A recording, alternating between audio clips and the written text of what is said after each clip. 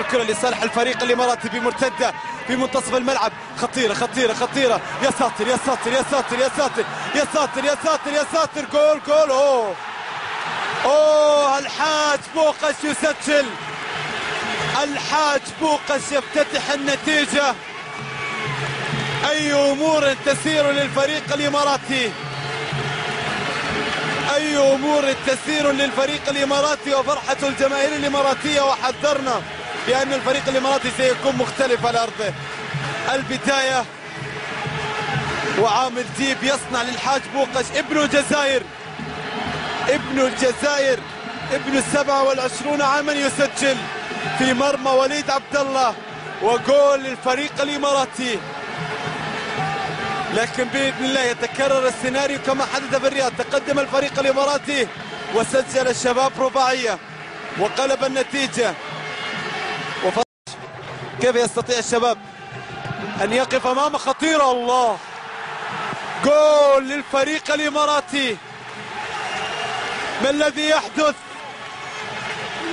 شيء غير معقول وغير مصدق. الحاج بوقش في يومه، المباراة مباراته، الجو جوه، وماكل الجو في استاد نادي الإمارات. الحاج بوقش ويسجل الثاني. وأين المراقبة الدفاعية؟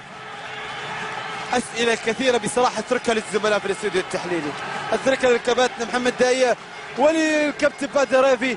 شوط أول 2-0، ما الذي حدث في الشباب؟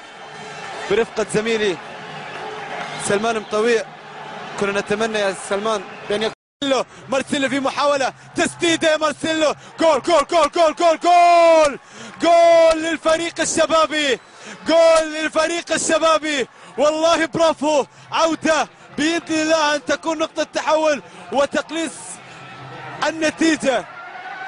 أن ندخل الشوط الثاني ب2-1 أفضل من ندخل الشوط الثاني ب2-0. ممتاز ممتاز من عبد العزيز السعران، والتسديدة والمتابعة ومارسيلو. لكن عبد العزيز تابع اللقطة الماضية، والسعران والبديل الناجح يسجل الهدف وتقليص النتيجة. ولو فعلها الشباب يا سلام، يا عيني لو فعلها الشباب. وفرحة وليد عبد ربه. وأكيد أن الشباب لا زال لديه